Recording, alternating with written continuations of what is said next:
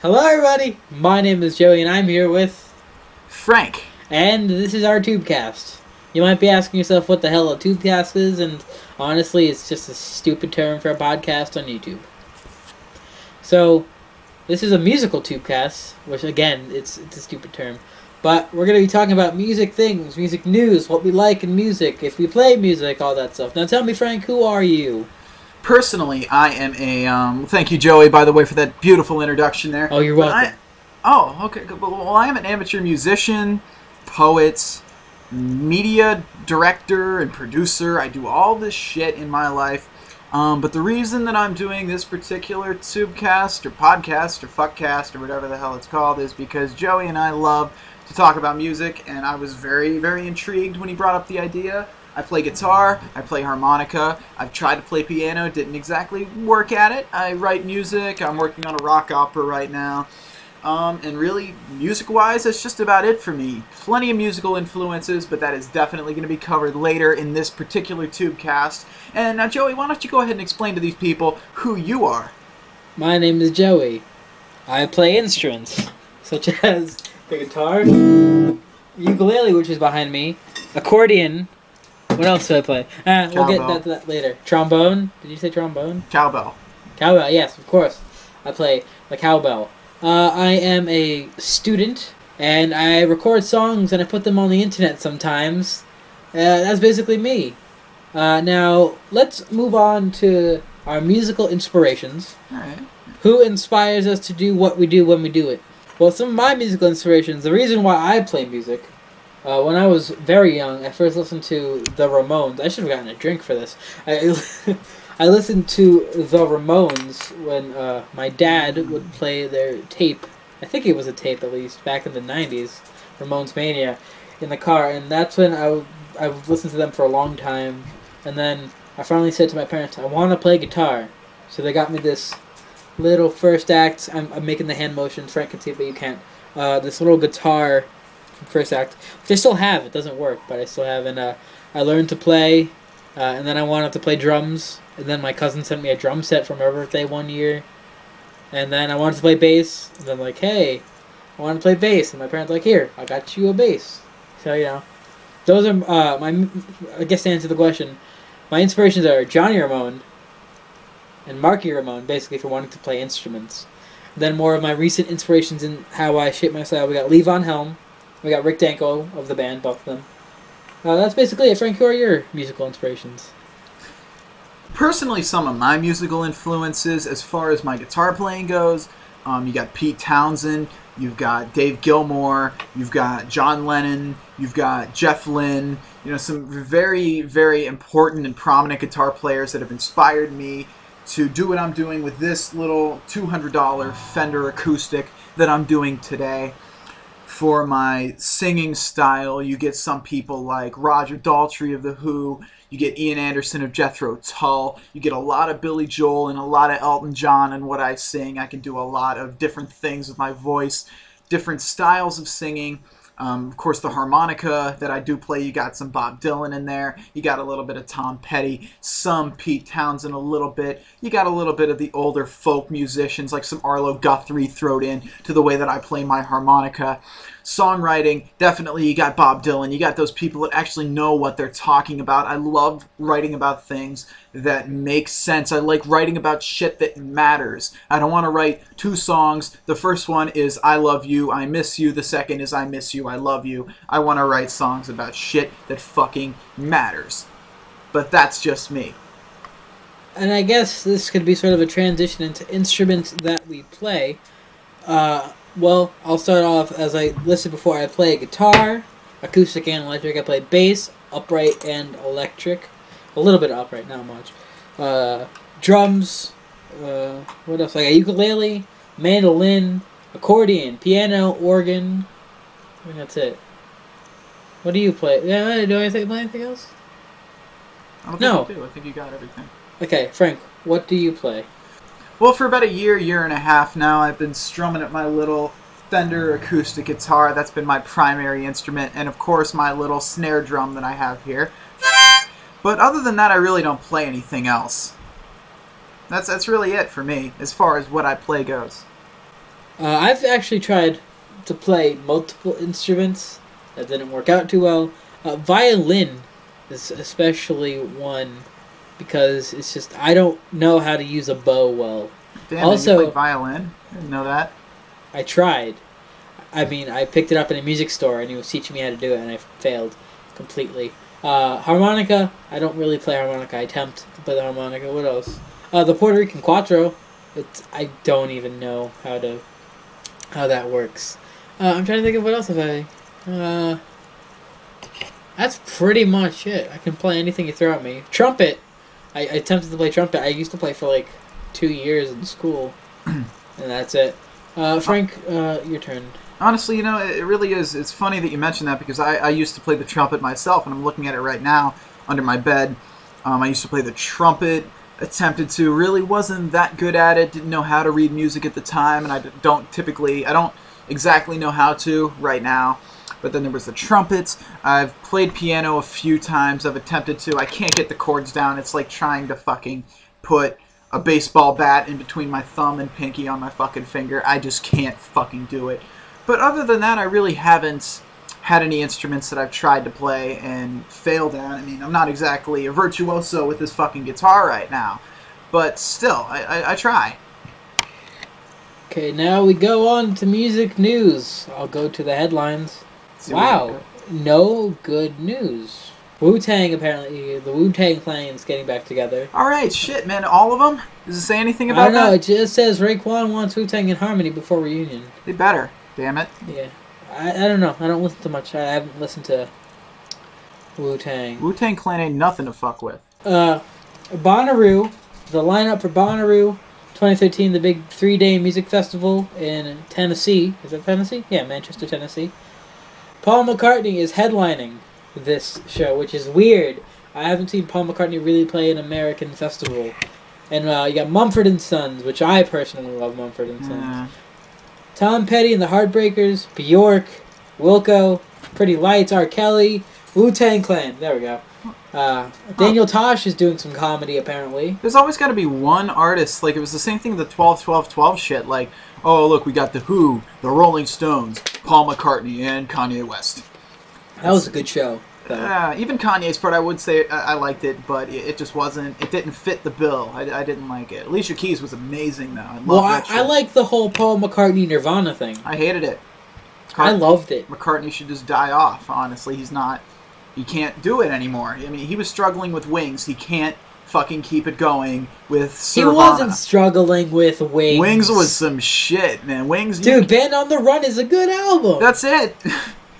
Yeah. What does Wings have outside of Band on the Run? Can you name a single good Wings song off that's not on Band on the Run? No. Exactly. So, yeah. Let me go back to some of the people playing Bonnaroo. A Soul Super Jam featuring Jim James with John Oates. That's going to be good. Weird. Yeah, Macklemore and Ryan Lewis. Dude, probably just going to do Thrift Shop for 2 hours. ZZ Top. Weird Al Yankovic. Wow, Weird Al. Billy Idol. There's one who needs to go away. Government Mule. Portugal the Man. Dwight Yoakam. I'm just listing off a few people that I actually know. Trombone Shorty, Matt and Kim. Who else? Anybody else? Oh, the Preservation Hall Jazz Band. I think they played with Dr. John. Dr. John is still great. That's all the people I really care about. So, actually, Nikki Blum and the Ramblers? I don't know how you say it. Well, that's it for all the music news that matters. Frank Ocean has recorded 11 songs for his next album. Oh, God. Frank Ocean. And I liked his performance at the Grammys. Are you kidding me? It was horrible. He's like... It was like Kevin Hart was doing a fucking impression of him. It was horrible. Yeah, I just didn't like where he was in the set list. He was right after the Levon Helm tribute. Which is, you can't really... That should have been at the end. Because you can't really... How can you beat that? Well, you didn't like it. Well, the Levon Helm tribute? I thought you said that you didn't like it. I liked it. I just didn't like certain parts. But at least Frank Ocean wasn't in the fucking Levon Helm. That would have been... Take a load off, Fanny. Okay, Frank. You don't have to sing. It's all right. Oh, well, no. Well, people were criticizing Mumford & Sons, saying like they shouldn't be up there and that they did a terrible job. But I personally love the 3-part harmony between them, and they were at one of Levon Helm's last rambles. I don't get what's wrong with people, man. You know, Elton John. You know, he was all right. Mavis Staples, great as always. I love Mavis Staples. I saw her at Love for Levon, actually. She's a very, very talented woman. Yes, and she actually sang the weight at the last waltz. What's our next topic here? We have a list of topics. What do we got here? We can go right into the other topics, and we'll do your Jet Gladstone thing last, or one of the last things. Well, we can do that now. Honestly, like we could just do that now. I can open up his little set list here, see what we got. Okay, so Frank, you wanted to review an album that you heard recently. So why don't you go ahead with that? Okay, yes I did. Recently I received a message in my YouTube inbox by a musician by the name of Jet Gladstone. And he asked me, he said that his new album by the name of The Archive was about to drop on February 21st, I believe, which is today. Oh, cool, today. But when I got the album, it was the 20th. So it's like I got this big sneak preview. I was honestly really excited when he told me about this because I didn't know what kind of music he had at first. I thought it was going to be like a singer-songwriter, so I was like, God damn, this is going to be awesome. But I realized that he's a rapper, and it kind of threw me off a little bit until I listened to the album. Very well put together album. If you're into Tech 9, there's some undeniable Tech 9 influence in this album. He raps about real shit. There's only, I think the song is, I forget which song it is, but one of the songs on here has a featured artist, like, you know, a guest artist on it, and he completely throws every moral that the original song, I'm actually going to look that up while I talk about it, but he just takes the song and throws the morals out the fucking window and turns it into yet another cliche. It's transitions, and the guest artist is Complex with COMPL3XX. His appearance on the 4th track on the album, Ups and Downs, was tolerable, maybe even listenable. Maybe, you know, it was a good fucking appearance from him. But Transitions, completely hated Complex's appearance. Other than that, the other artists that were featured on this album, we have MIC, we have Skit, LASIK, and Nykill, which are not usually types of words that come out of my fucking mouth. Very, very impressive guest verses from these people, guest choruses. The sampling was done very well on this album. It wasn't done to the extent in which it's relying on sampling. A few of them, like they sample his song Home, samples Michael Bublé's Home. What do we got here? Thrill samples B.B. King's The Thrill Is Gone. I think that's it, actually. And just from the first song in this album, Intro, just listening to it and the raw power and emotion that comes out of Jet Gladstone's, just his lyrics, and the way that he presents them is just out of this world. Every song from Intro all the way to the Revelation, which, by the way, I love the Revelation. The last song on the album, how it's basically like a reflection of the album. Like, now that you listen to this album, you know, you might think differently. It's just a very, very excellent album all the way around. A few, you know, minor complaints here. Like, I do think that the mixing on, I think it's Excuse Me, could have been done a little bit better. And just a few little technical errors that I saw that, you know, really, it's not a big deal to an average listener. But if you want to check this album out yourself, you can purchase it. And I believe you can listen to samples of this on jetgladstone.bandcamp.com. And the asking price is $7, but you can also raise the price. And I encourage you to do this, to go help Jet Gladstone out, because he's an unknown underground musician, and he definitely deserves the exposure. I guess I will have to check this album out sometime soon. Oh, you better. Bandcamp, by the way, is a great site, and if you're an independent artist and you're paying TuneCore or whatever, $50 for a full album, Yeah, you just shouldn't do that. You should go onto Bandcamp, sign up, make an account, do all your stuff there. And I can't recommend enough. I have a Bandcamp account, but I'm not going to be linking that. So what else do we have to talk about? Is physical music dying out? Which, with saying physical music doesn't define what I'm talking about. I mean hard copies of music. You go back to vinyl, and you got tapes, and you got CDs, but more talking about CDs. Because we have all this digital distribution on the internet, and you gotta wonder, when are CDs going to become obsolete, like tapes or vinyl, and when are hard copies of music just not going to exist anymore? Well, you see, personally, I believe that day might not come, honestly, because as you see now, there are artists that are reverting back. You know, Green Day has released a few of their albums on vinyl. There are a lot of musicians that still want to stay true to the old school methods, and I believe that as long as we still have musicians like that, then, well, I mean, think about it. Vinyl hasn't even died out yet. Cassettes haven't even died out yet. So CDs... I still listen to vinyl. Vinyl is excellent. Most of the... I wasn't even alive when vinyl was being produced. Well, technically, yes. And technically, no, because Green Day. True. Well, not only Green Day, but you're still getting reissues of albums, new albums coming out every day. If you go on Amazon.com and you search for vinyl, there's a lot of new releases that are on vinyl. It is. But you don't see anyone making an album on, not selling it on tape anymore. I like analog audio. I'm an analog man. But the digital is just convenient. I mean, I use Spotify daily. If you haven't used Spotify, go check that out. I love Spotify. I don't have the premium one. I'm gonna get that soon. But for free, you get all this great music. You know, listen whenever you want. But back on topic. It's like when they stopped sort of producing VHS tapes. It's like. And then they moved to DVDs, and then they had that whole HD DVD thing, which failed. Now you got Blu-rays. It's just, when did digital distribution going to become number one?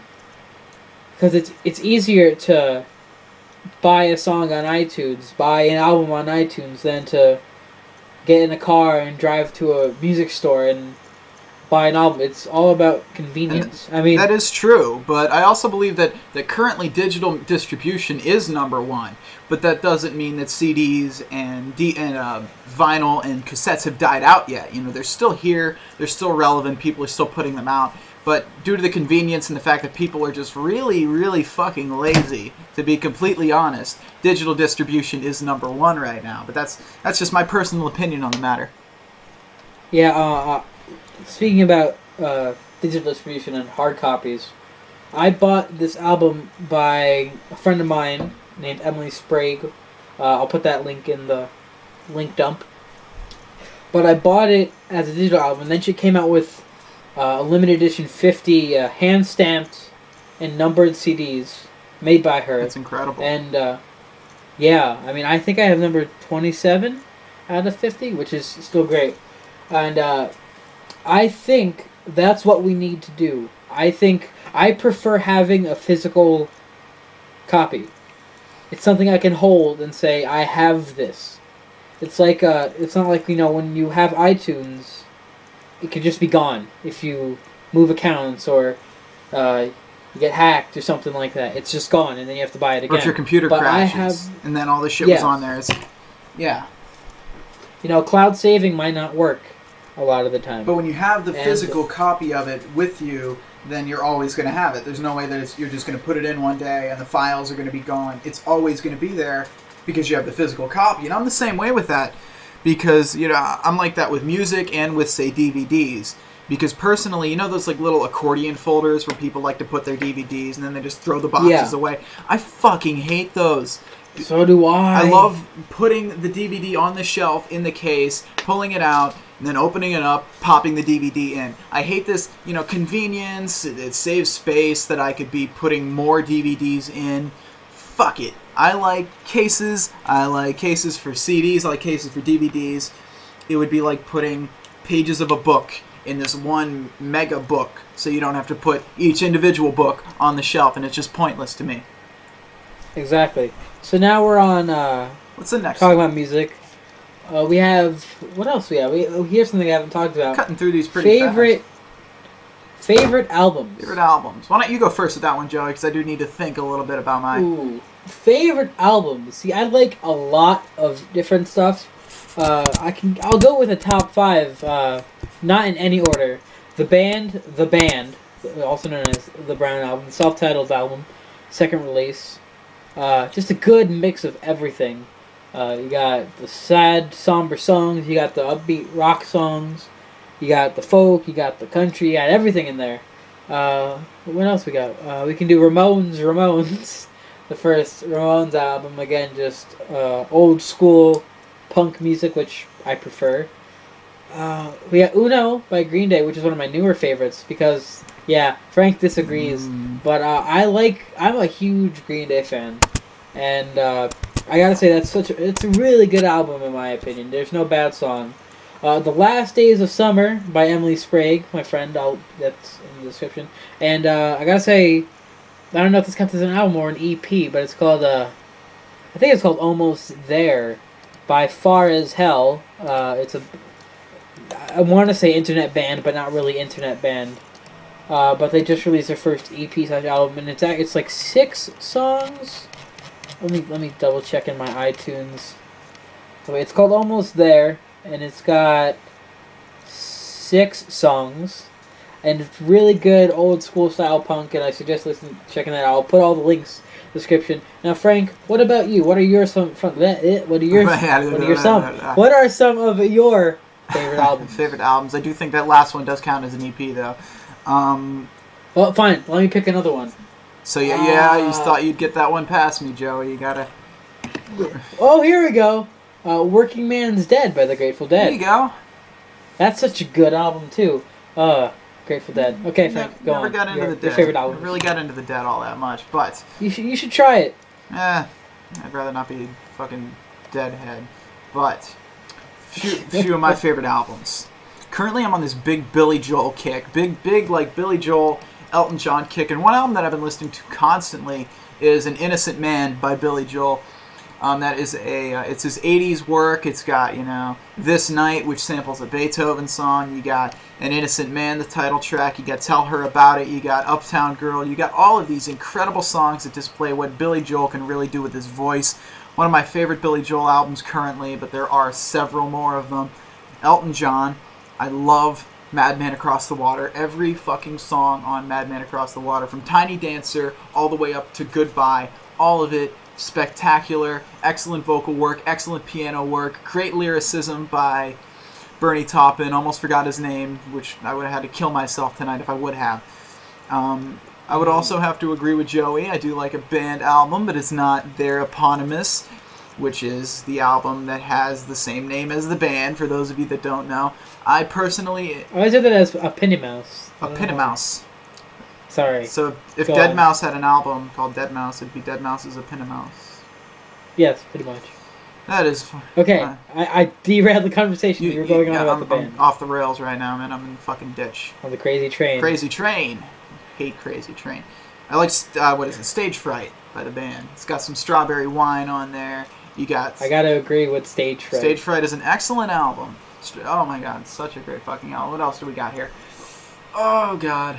Who the fuck else has a great album? Gonna have to shout out. Who do we have here? Who do we have? Trying to think. Trying to limit myself to like 5 here. Bob Dylan. Highway 61 Revisited. Every song, top to bottom. Excellent lyricism. Excellent guitar playing. Terrible vocal. So it's a typical Bob Dylan album. Okay. And I'm going to go with the Queen album on this one. I'm going to have to go with...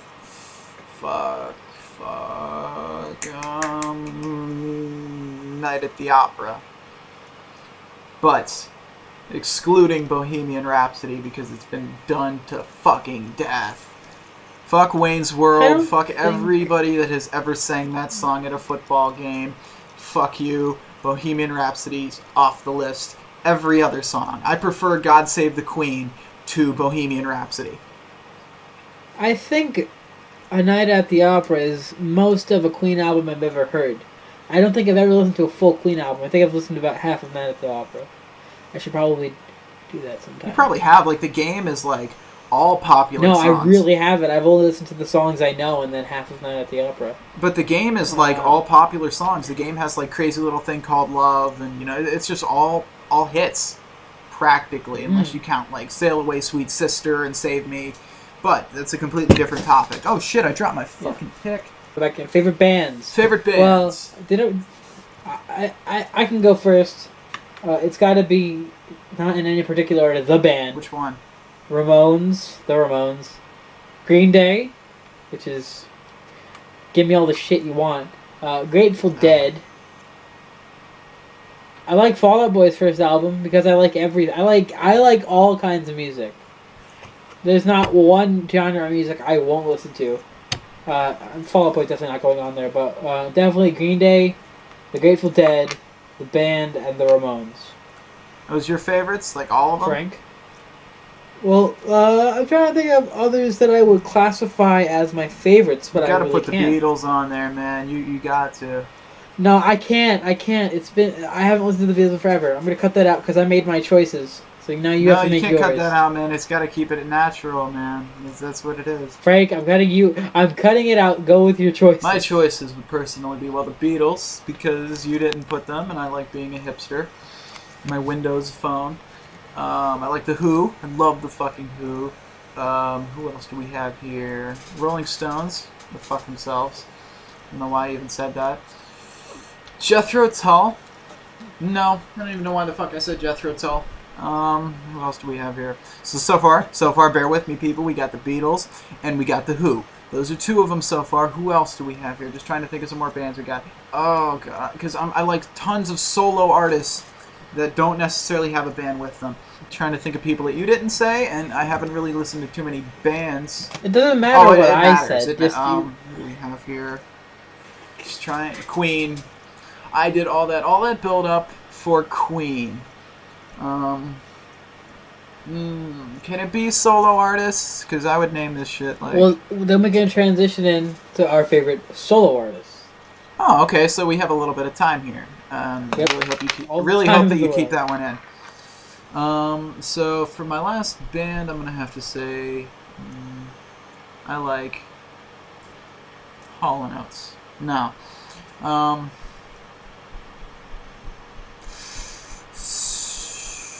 Fuck. Bands. Okay. I'm just completely drawing a blank with this shit right now.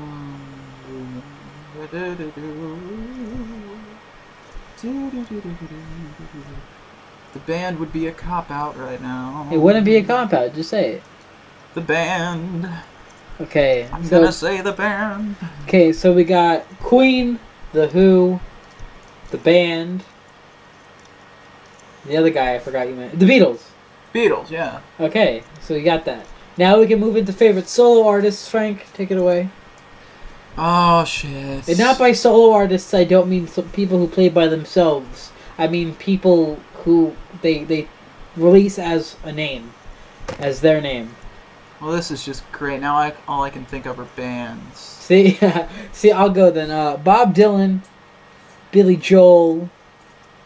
Who else? Yeah, Bob Dylan, Billy Joel. I don't want to say Dr. John. Well, I like Dr. John stuff. I like Billy Preston. I like Levon Helm's solo career. Joey Ramone's solo career. The album Don't Worry About Me is actually really good. That's all I got. Frank, you want to take it away? That's all you got? Who do I like? I can name people you like. No, I can name people I like. Elton John. I love Elton Billy John. Elton Joel. John is my shit. Billy Joel is my shit. David Bowie, his early shit is my shit. Actually, for Elton John, anything past 1976 can go fuck itself, honestly. But I will still call him one of my favorites. David Bowie is one of my favorites. Ray Charles is one of my all-time favorites. Stevie Wonder, that soulful sound. Oh, Stevie. I gotta go with Stevie, too, man. Love Stevie, man. Stevie If I could add to my bands, I think the Temptations would be considered band, band material. How about,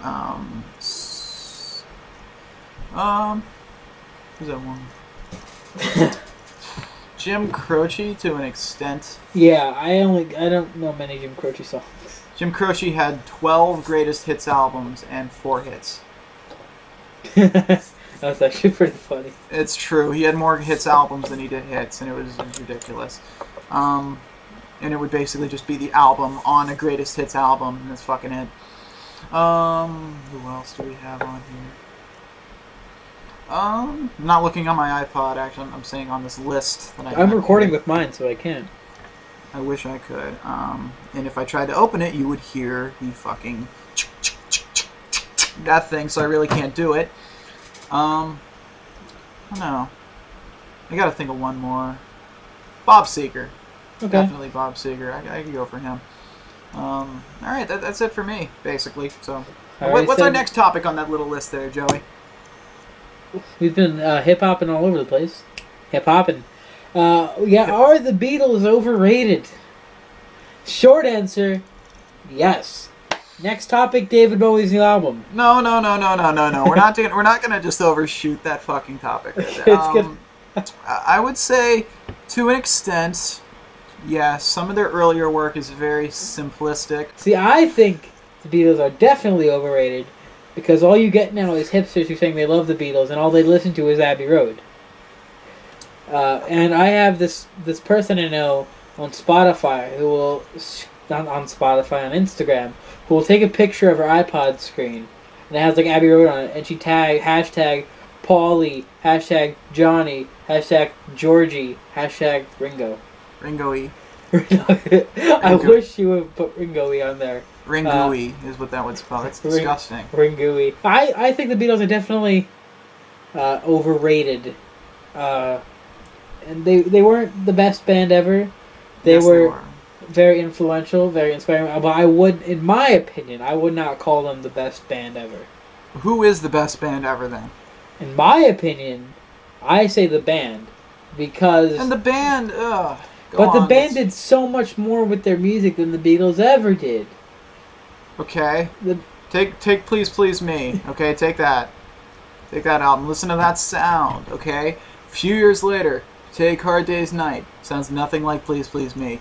A few years later, take Sgt. Pepper. Sounds nothing like the previously mentioned two. Compared to Pet Sounds, and I've never heard Pet Sounds. Pet Sounds is fantastic, man. You have to hear Pet Sounds. What's your favorite song on Sgt. Pepper? My favorite, Not a Day in the Life. It's probably... God, I hate it when people put me on the spot. It would probably be She's Leaving Home because of the powerful message that it holds. I love it. I really like not Getting Better. Actually, I like Getting Better. I like Getting Better, too. I really like Fixing a Hole. I'm fixing a hole. You don't have to sing. It's all right. I'm singing. Too bad. Within You Without You. I love Within You Without You. Within You, it gets boring. That's the longest... No, that's not the longest song in the album. A Day in the Life is. Wow. Never have it any other way. Never have it any... You never hear that? What? Have you ever listened to A Day in the Life past that long note? No. Have you heard where the record skips? Like how on the vinyl version of it, if this does What do you mean, you people? If Robert Downey Jr. would like to watch this video, and we do end up putting it on Fuckcast or whatever it's called, then listen to A Day in the Life past that long note at the end. Listen to it, and then it's just it plays this high-pitched whine that is just put there specifically to piss off your dog, and then it has this little record skip that nobody knows what the hell it is. It's never been released. None of the Beatles have ever mentioned it. It's just out of this fucking world, ridiculous. Nobody knows. It sounds like, I believe it's something from when the Beatles did Shakespeare, but people are saying that it's in reverse. People are saying that it's this like filtered audio. It's ridiculous, and it's at the very end of A Day in the Life. You have to listen till like the final 5 seconds, and it's fucking ridiculous. I do recommend listening to it if you haven't already. Have you heard it, Joey? You haven't heard that? No. Looking at the personnel for Sgt. Pepper's on Wikipedia, Apparently, Ringo plays that final E chord along with Mal Evans and George Martin. They all did. Everybody in the studio played the E. It does not say that. It just says Ringo and Mal Evans. Speaking of experimental weird albums, Dark Side of the Moon. Okay, we could talk about Dark Side. I haven't listened to all of Dark Side. I listened to a lot of Dark Side. I just gotta say, Dark Side. Yeah. You hate Dark Side? Dark Side is like either the songs on Dark Side are ridiculously overplayed or they're boring. What about Time? Time isn't overplayed or boring. Time is overplayed. You're lying. I do. Honestly, I like Time, but like, Breathe is overplayed in my part of the world.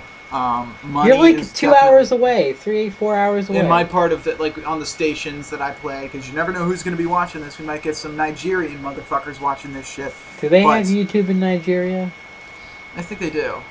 It's either it's a song like Money that's been played to fucking death, or you got what is it, Brain Damage and Eclipse that is played every time somebody calls. I have never heard that on the radio. That's my favorite song. I hear it once a week, man. Like, really, my girlfriend's always in the car when it fucking comes on, and she's like, "This song scares me," and I turn it up, and then when she turns it off, I start fucking singing it to her because I don't give a fuck. But it's always those two songs. Somebody calls and they're like, "Play some Pink Floyd," and they play either that or they play like Young Lust, which they finally started playing Empty Spaces before, and I can really respect that. But on Dark Side of the Moon, the songs that don't get radio play, you got like Any Color You Like and fucking Great Gig in the Sky and the most boring fucking shit in the fucking world. The Wall is a far superior album to Dark Side of the Moon. Dark Side of the Moon can go fuck itself in its prism-shaped rainbow shooting ass. Comments, Joey? Questions, concerns, comments, anything? Okay, David Bowie's new album. Oh, I don't know much about this album, actually. Frank, you seem to know more than me, so why don't you... It's not very much. I know. It's not very much. It's sort of news. David Bowie, after years of, not retirement, of staying out of the spotlight, because he had a heart attack on stage, right? I wouldn't know. I never really... I haven't followed Bowie recently until I found out that he has this album coming out. He had a heart attack on stage, and he stopped... Yes, he had a heart attack on stage in 2004. What song was he playing? I have no idea. It doesn't say. Yeah. Does it... I don't even know what it is, but yeah, he had a heart attack on stage, and he was... rock and roll suicide. Falls over and dies. Well, yeah, he had a heart attack on stage a few years ago, and he hasn't really performed since then. But now, he has a new album called The Next Day coming out, and the cover art for the album is an adapted version of Heroes. It's basically, it's not adapted. It's fucking Microsoft Paint. Like, I could have edited a better title or a better cover, but I do believe that's the point of it. It was designed by Jonathan Barnbrook, who designed the packaging for Heathen and Reality. The obscuring of the photo connotes? Connotes, yeah. Connotates? Does it say that? No, it just says connotes. Yeah, connotes. It still works. It connotes forgetting or obliterating the past, quote unquote. I like it. I mean, he's not like you get all these people like Joe Walsh that put out an album, and it sounds like Joe Walsh. I mean, it sounds like the stuff that he had put out. It hasn't even come out yet, or has a single come out? Oh yeah, okay. 2 singles have been released. No, there's a single coming out in 5 days. There's been a single. It's yeah, Where Are We Now? Yeah. It's not. He's not conforming. Period. He's not trying to be anything that he isn't. He doesn't even use proper English words. He's using all these like London idioms and different places in England that it's just so obscure and just mind-blowing. The way that he composes the lyrics, the way that he presents them is excellent. And he's not conforming. He's not trying to be anything that he isn't. He's being David Bowie, and he's doing it better than I believe that he has since Ziggy Stardust, honestly, because Low, Heroes, not really doing it for me. He has said that he won't tour for this album. Good. But he hasn't ruled out the possibility of a couple of live shows. But he has decided to focus on making records. which I could you see know. it. Well, yeah. So Well, you know, once you have a heart attack on stage, you know, you gotta take it. So, and I could see the hesitation for that. Tiny Tim, ukulele guy. God. He had a heart attack on stage, and then he stopped. He stopped touring for a while, and then after getting a good bill of health, he went on stage, and he had a heart attack and died. Seriously. Man. It's got to be a disappointment, man. I was so pumped to see some Tiny Tim tonight. I like Tiny Tim. He was a good guy. Oh, man. Wasn't he had the falsetto, didn't he? Yeah. We're nearing the end of this Tubecast, which I've been recording for 47 minutes so far. And I have been recording for 47 and a half minutes. So Joey, I therefore am the coolest and the biggest penis of both of us. That's okay. Here we go. Here's a not related music topic. Want to go ahead and say that again, Joey? That was kind of choppy. Yeah. But keep it in. Keep it in. Like the flubs are great. It shows realism. It shows that we're human beings having a conversation with one another. Whatever you say, Frank. Here's another topic. One of our last ones.